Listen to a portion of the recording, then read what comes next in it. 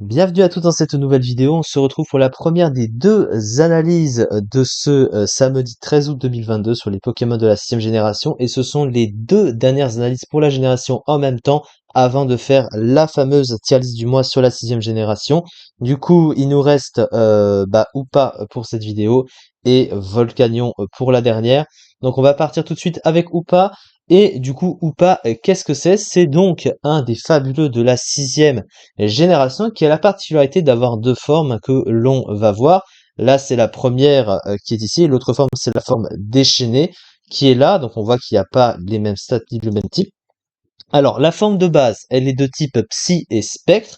Psy et Spectre, c'est un type qui est correct sans être incroyable. Alors, défensivement, il possède quand même deux doubles faiblesses qui sont très gênantes, hein, au type Ténèbres et Spectre. Donc, il y a notamment la double faiblesse à Sabotage. Donc ça reste toujours très pénible. Mais à côté, il a deux résistances poison psy et deux immunités combat normales. Donc voilà, c'est pas non plus si pire. Offensivement, c'est pas un type exceptionnel. Il a juste un bon coverage neutre, globalement. Alors là, j'ai pas mis... du coup, ouais, Psy et Spectre. Du coup, vous voyez, hein, il y a un bon coverage neutre. Il est super efficace sur 307 Pokémon quand même, mais il n'est pas énormément résisté. Donc ça reste pas si terrible que ça. L'autre forme est de type Psy-Ténèbres, donc ça, Psy-Ténèbres, c'est un type un peu moins ouf, hein, parce que bah là, il y a qu'une immunité psy et pas d'autre résistance, et une faiblesse fée plus une double faiblesse insecte, donc à demi-tour, ça reste perturbant, mais ce qui le compense, c'est surtout les stats qu'on va voir. Alors, le talent est le même pour les deux formes, c'est magicien qui vole l'objet d'un adversaire quand tu attaques, mais il faut pas que toi tu tiennes d'objet, donc je pense pas que ce soit trop adapté pour ce genre de Pokémon parce que du coup, tu es obligé de jouer ton set sans objet, sinon ça fonctionne pas. Alors à côté, par contre, c'est surtout les stats hein, qui sont excellentes. Alors comme on peut le voir, 150 en attaque spéciale, c'est très fort. 110 en attaque, c'est fort aussi, même si évidemment l'attaque spéciale est plus utilisée. À côté, il a une excellente défense spéciale également, un 130 de défense spéciale. Par contre, il a un bulk physique qui est très mauvais, hein. 60 de défense, c'est 80 en PV, sachant qu'il a une grosse faiblesse à sabotage, bah, il se fait assez facilement one-shot de toute façon sur le physique. Et le problème, sa vitesse, hein, seulement 70 de vitesse, c'est quand même une vitesse un petit peu limite pour ça. Son autre forme, elle, est un peu plus rapide, un 80 de vitesse, mais surtout, elle tape beaucoup plus fort, hein, 170 en attaque spéciale, 160 en attaque, c'est vraiment vénère, hein. Des dégâts qui sont énormissimes, plus forts que beaucoup de légendaires d'ailleurs du Hubber. Donc ça, c'est vraiment très très fort.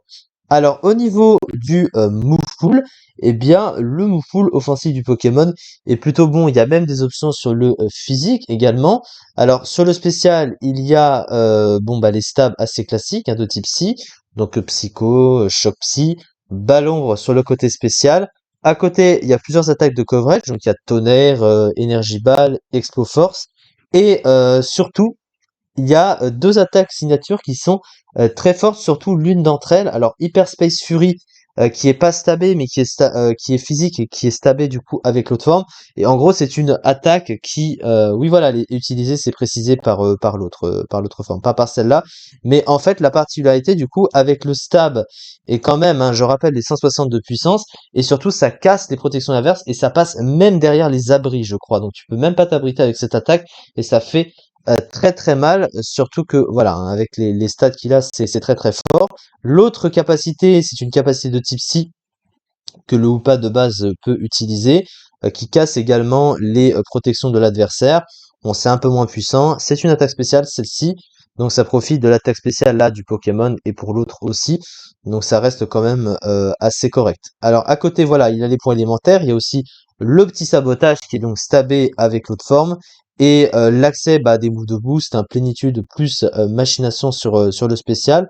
Alors il a pas de move de boost sur le physique, mais il tape plus fort sur le spécial de toute façon. Et puis l'autre forme tape comme un sourdingue dans les deux cas. Il y a aussi l'accès à tonnerre hein, sur le spécial. Donc vraiment un coverage large, des moves de boost sur le spécial, de quoi vraiment faire le taf avec d'excellentes statistiques comme ça. Donc c'est très très fort et l'autre l'est encore plus.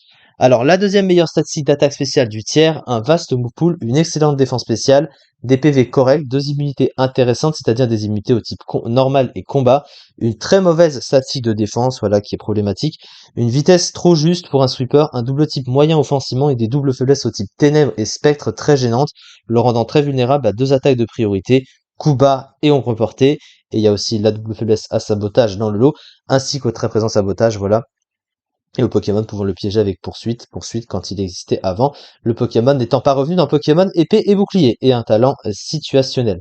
Voilà, du coup, alors pour l'autre forme, hein, on peut rapidement voir, hein, parce que du coup, elles sont pas placées au même endroit.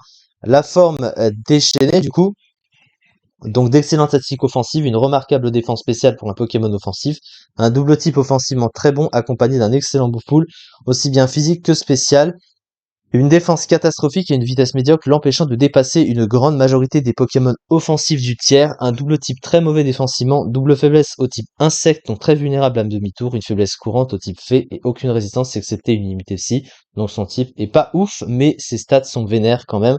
Alors au niveau du classement, alors la forme ou pas de base est que 70e du rarely used, hein, enfin était 70e du rarely used, avec seulement 2% du tiers. Et l'autre forme, par contre, est mieux classée, hein. Elle était en overuse, en BL quand même, donc à la limite de l'overuse. Et 64e du tiers avec 2,1%, donc l'autre forme est évidemment bien meilleure. Bah, les stats offensives quand même, hein, on voit la différence. Déjà que l'autre tapait déjà fort, mais là, c'est encore pire. C'est ça, en tout cas, pour cette vidéo. Et on se retrouve du coup pour la dernière analyse de la génération après celle-ci. Et du coup, aussi la dernière analyse du jour avant de passer à la tier list. Merci beaucoup de m'avoir suivi et à très vite pour la suite.